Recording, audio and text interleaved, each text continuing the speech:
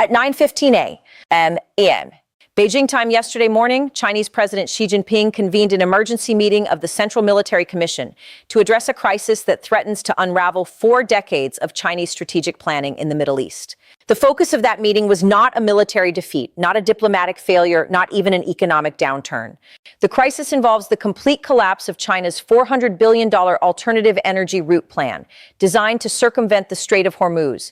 And what caused this collapse in less than 24 hours reveals something extraordinary about the limits of Chinese power projection and the enduring reality of American naval dominance in the world's most critical waterways. What you are about to hear represents one of the most significant strategic setbacks for Chinese foreign policy in the past decade, and the implications extend far beyond energy security to encompass China's entire approach to great power competition with the United States. The plan that collapsed was not some minor commercial arrangement.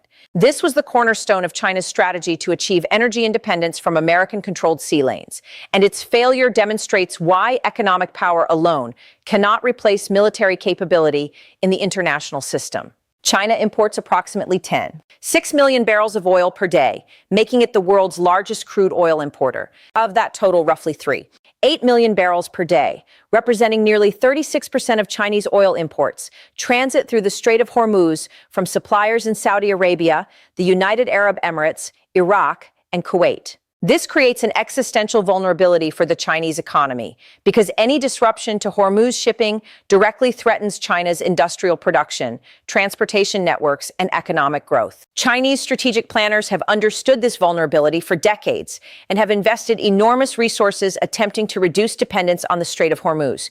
The most ambitious of these efforts involves the China-Pakistan Economic Corridor, a $62 billion infrastructure program that includes construction of the Gwadar port on Pakistan's Arabian Sea coast, connected by pipelines, highways, and railways to China's western Xinjiang province. The theory behind this massive investment is straightforward. Oil tankers from the Persian Gulf could offload their cargo at Gwadar, bypassing the Strait of Hormuz entirely, and the oil would then travel overland through Pakistan into China, eliminating exposure to potential American naval interdiction in the strait. But the Gwadar port project represents only one component of a far more comprehensive Chinese strategy.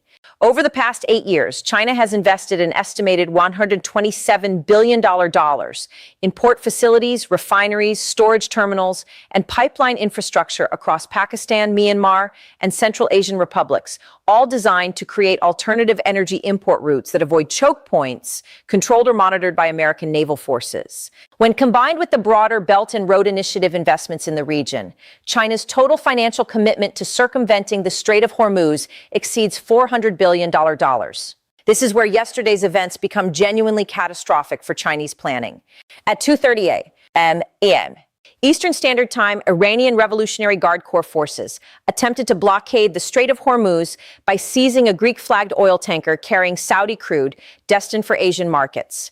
The United States Navy responded with overwhelming force, deploying carrier-based aircraft, guided missile destroyers, and attack submarines that forced Iran to capitulate and reopen the strait within 3 hours. That American response, executed with precision and speed that surprised even experienced military analysts, demonstrated to Chinese leadership that the United States maintains absolute dominance over the Strait of Hormuz and can enforce freedom of navigation, regardless of Iranian attempts at interference. Now, here is what makes this demonstration so devastating for Chinese strategic planning. If the United States can force Iran to back down from a blockade of the strait using only conventional naval forces already positioned in the region, then China's entire $400 billion investment in alternative routes becomes strategically worthless. The Gwadar port, the pipelines through Pakistan, the refineries in Myanmar, the storage facilities in Central Asia, all of these infrastructure projects were predicated on the assumption that the Strait of Hormuz represents a genuine choke point vulnerability that could be exploited by regional powers to disrupt energy flows to China. But yesterday's events proved that assumption catastrophically wrong. The strait is not a vulnerability in the international energy system. The strait is a waterway absolutely controlled by American naval power, and any attempt to close it will be met with immediate military response that reopens it within hours. This means China cannot achieve energy security through alternative land routes, because the sea route remains open and operational, regardless of regional conflicts or tensions. Subscribe to this channel right now and hit that notification bell, because what happened in the 24 hours following the American response reveals how quickly Chinese strategic calculations are changing, and the implications for China's approach to Iran, Saudi Arabia, and the broader Middle East represent a fundamental shift in Chinese foreign policy that most analysts are completely missing. You need to understand exactly how this unfolded, because the decisions being made in Beijing right now will shape great power competition for the next decade. The immediate Chinese reaction to the Hormuz crisis reveals the depth of the strategic problem facing Xi Jinping's government. Within 6 hours of the American naval response, the Chinese Foreign Ministry issued a statement calling for all parties to exercise restraint and maintain freedom of navigation in accordance with international law. This might sound like standard diplomatic language, but the statement is extraordinary for what it does not say. China did not condemn American military operations. China did not express solidarity with Iran. China did not even acknowledge the Iranian grievance that prompted the blockade attempt. This diplomatic silence speaks volumes about Chinese priorities. Despite maintaining what Beijing describes as a comprehensive strategic partnership with Iran, despite purchasing approximately 1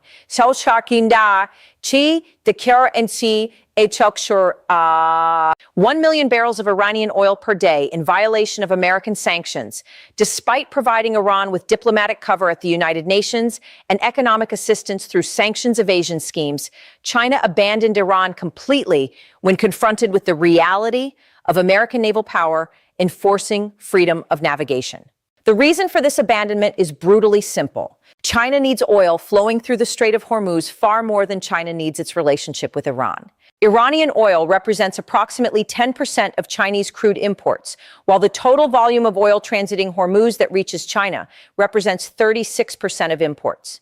If China had to choose between supporting Iran and maintaining access to Saudi, Emirati, Iraqi, and Kuwaiti oil supplies, the choice is not even close. China will sacrifice Iran without hesitation to preserve relationships with Gulf Arab states and ensure American forces keep the strait open. This calculation completely undermines the strategic rationale for China's alternative energy route investments. Chinese planners spent $400 billion building infrastructure to reduce dependence on Hormuz shipping because they believed Iran or other regional actors could successfully disrupt that route during a crisis. Yesterday's events demonstrated that belief was false. The United States will keep Hormuz open regardless of Iranian actions, which means Chinese dependence on that route is actually a dependence on American naval power, maintaining freedom of navigation, not a vulnerability that can be exploited by America's adversaries. The geopolitical implications of this realization are genuinely profound. China's entire approach to the Middle East for the past 2 decades has been predicated on hedging between American allies like Saudi Arabia and American adversaries like Iran, maintaining good relations with all parties while building alternative infrastructure to reduce exposure to any single relationship. This strategy assumed that regional conflicts could disrupt energy flows and that China needed options to maintain supply security. But if American naval dominance ensures that regional conflicts cannot disrupt Hormuz shipping, then China's hedge strategy becomes unnecessary, and its infrastructure investments become economically irrational. Why spend billions building pipelines through unstable regions like Pakistan and Myanmar when sea transportation through Hormuz is actually more reliable, more cost-effective, and protected by American military power that China cannot challenge? The economic analysis here is devastating for Chinese planning. Transporting oil by tanker from the Persian Gulf to Chinese ports costs approximately $2 to $3 per barrel, depending on vessel size and routing. Transporting that same oil overland through the Gwadar port and Pakistan infrastructure to Western China costs an estimated $12 to $15 per barrel when accounting for pipeline construction amortization, security costs, and transit fees. The overland route is 4 to 5 times more expensive than sea transportation, and the only justification for accepting those higher costs was the assumption that sea routes might be unavailable during crises. Yesterday's American response to the Iranian blockade attempt eliminated that justification. Sea routes will be available during crises because the United States Navy will ensure they remain available. This means China's alternative infrastructure represents $400 billion in economically irrational investments that generate losses rather than strategic benefits. Now, here is where the story gets even more extraordinary. In the 18 hours following the Hormuz crisis resolution, Chinese state-owned energy companies began quietly canceling planned investments in Pakistan and Myanmar pipeline expansions. China National Petroleum Corporation postponed a planned $7 billion expansion of the Gwadar refinery complex, citing unspecified technical concerns. China National Offshore Oil Corporation suspended negotiations for a $4 in Myanmar's $2 billion storage terminal project in Myanmar's Kyaukphyu port. These are not minor project delays. These are strategic reassessments of the entire alternative energy route concept based on the demonstrated reality of American naval power. The Pakistani government received notification of these cancellations through diplomatic channels yesterday afternoon, and the reaction in Islamabad reveals how dependent Pakistan has become on Chinese infrastructure investment.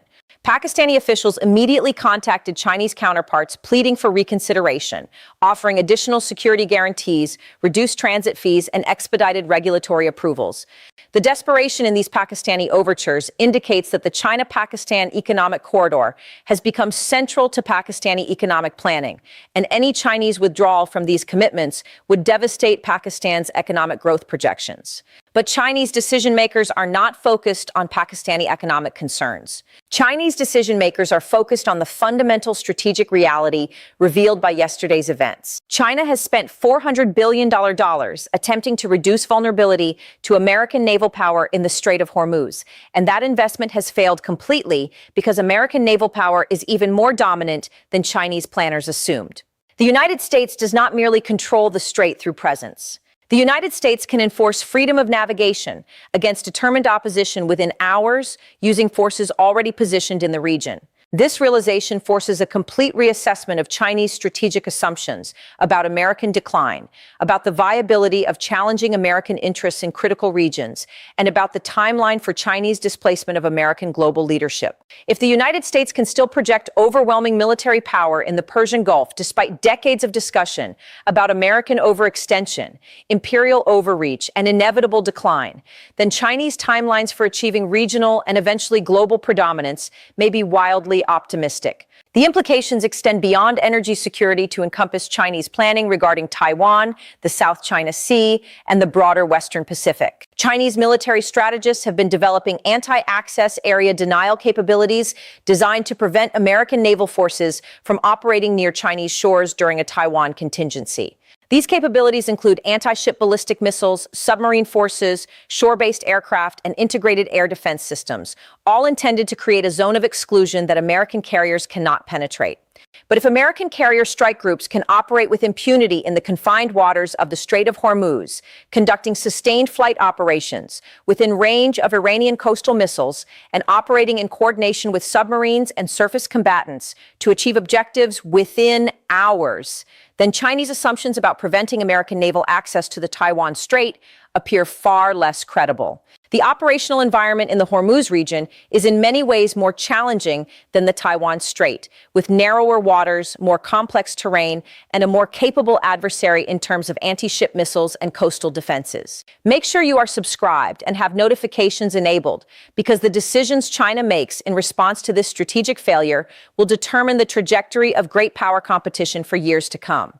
And what happens next in Chinese relations with Iran, Saudi Arabia, and Pakistan will reveal whether Beijing is willing to acknowledge the limits of its power, or whether Chinese leadership will continue pursuing investments in economically irrational infrastructure projects for political reasons. The next 48 hours are absolutely critical. The immediate question facing Chinese leadership involves what to do with the existing $400 billion already invested in alternative energy routes. These investments cannot be simply abandoned, as that would represent an admission of strategic failure and would damage China's credibility with partner nations like Pakistan, Myanmar, and the Central Asian republics. But continuing to invest in economically irrational projects purely to avoid acknowledging failure compounds the strategic error and diverts resources from more productive uses. Chinese state media has been completely silent on the Hormuz crisis and its implications for Chinese energy security, which itself reveals the sensitivity of this issue within Chinese policy circles. When major international developments occur that align with Chinese narratives about American decline or multipolar world orders, Chinese media provides extensive coverage emphasizing how events support Chinese strategic vision. When developments contradict those narratives, Chinese media simply ignores them, which is exactly what is happening regarding the Hormuz demonstration of American naval power.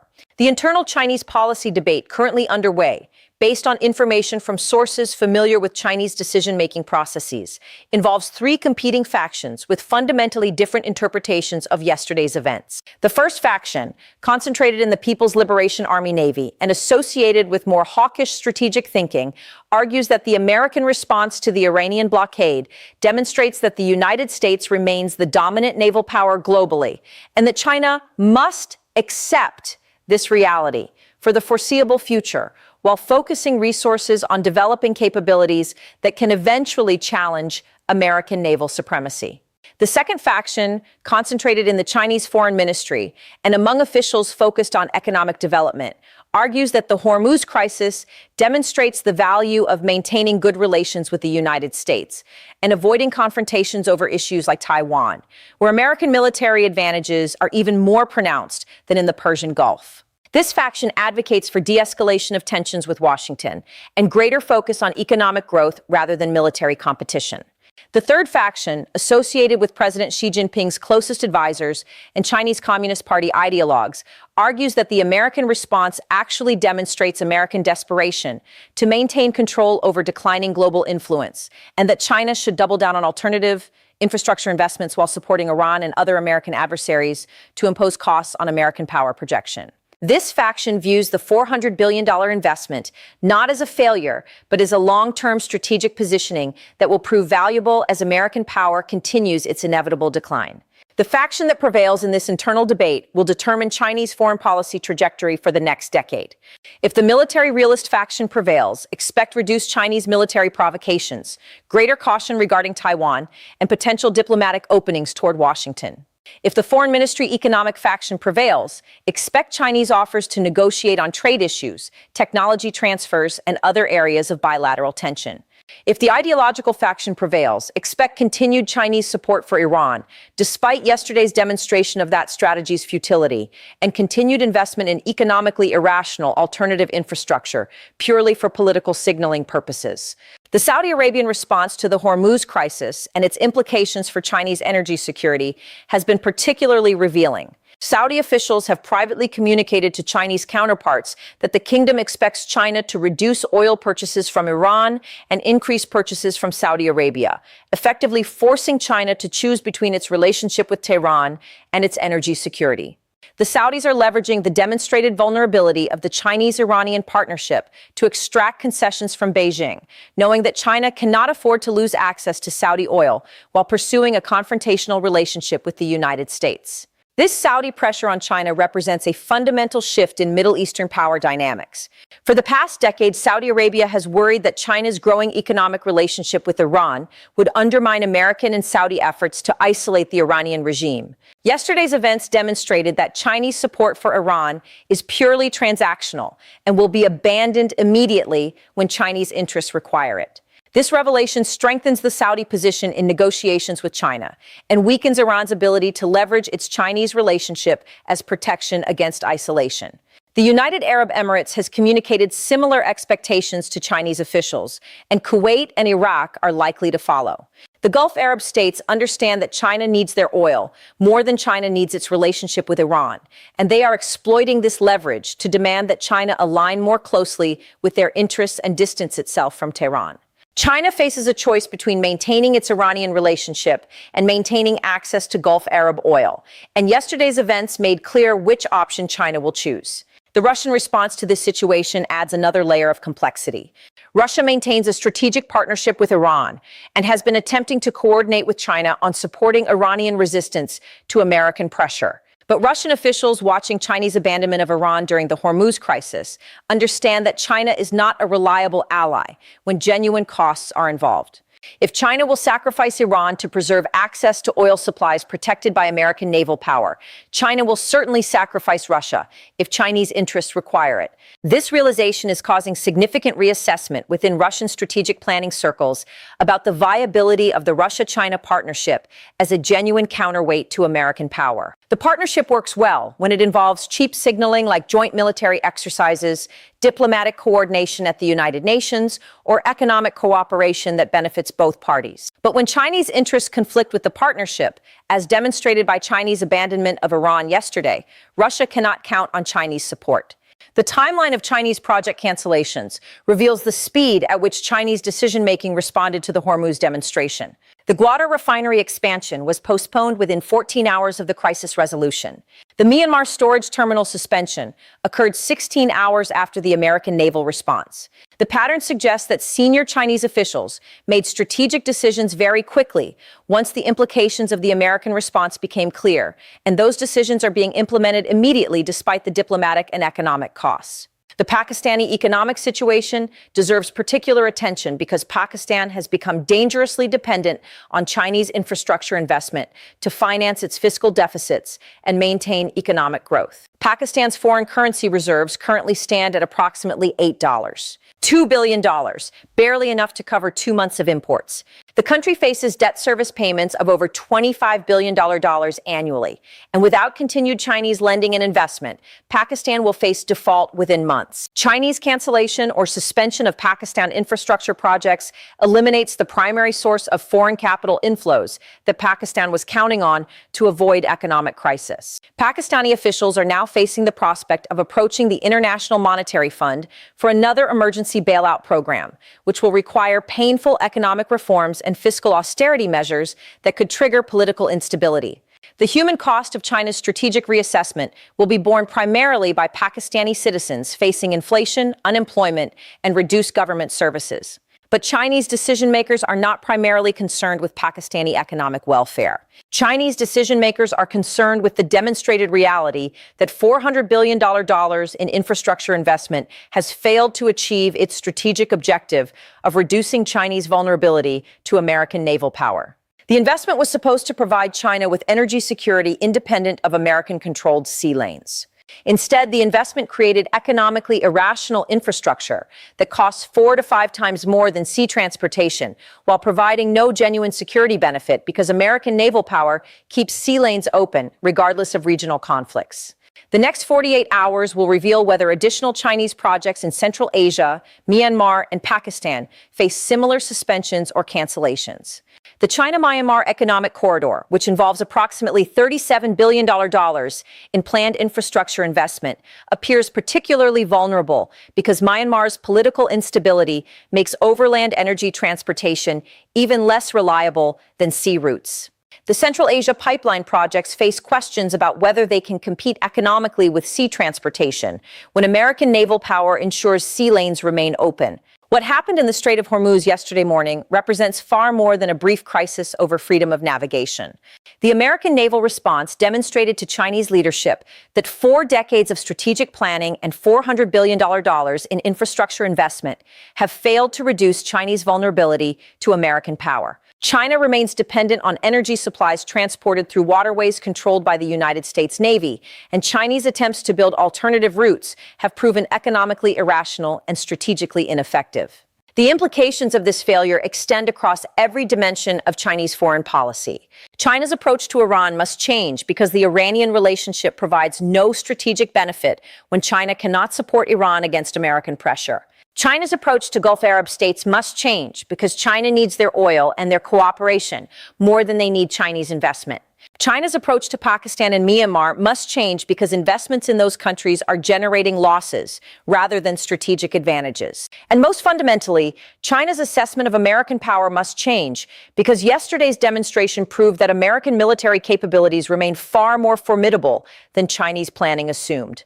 The question now is whether Chinese leadership will acknowledge these strategic realities and adjust policy accordingly, or whether ideological commitments and domestic political constraints will prevent rational reassessment. If China continues pursuing economically irrational infrastructure investments purely to avoid admitting failure, then the $400 billion already wasted will grow to even larger amounts. If China acknowledges the failure and refocuses resources on more productive investments, then yesterday's crisis could ultimately prove beneficial by forcing strategic clarity. The clock is running on Chinese decision-making regarding these suspended infrastructure projects. Pakistani officials are demanding answers about whether China will honor its financial commitments. Myanmar officials are waiting to hear whether planned pipeline expansions will proceed. Central Asian governments are watching to see whether Chinese Belt and Road investments remain viable or are being quietly abandoned. The decisions made in Beijing over the next several days will reverberate across 3 continents and will determine the future of China's entire approach to energy security and great power competition. What Xi Jinping cannot believe is that 40 years of strategic planning, hundreds of billions of dollars in investment, and countless diplomatic initiatives have all failed to achieve the fundamental objective of reducing Chinese vulnerability to American naval power. The Strait of Hormuz remains under absolute American control. Chinese energy security remains dependent on American willingness to maintain freedom of navigation. And China's most ambitious infrastructure projects have been exposed as economically irrational attempts to solve a strategic problem that American military power makes unsolvable. The next move belongs to Beijing, and what happens next will show whether Chinese leadership can accept this reality or whether pride and ideology will drive even more resources into a failing strategy.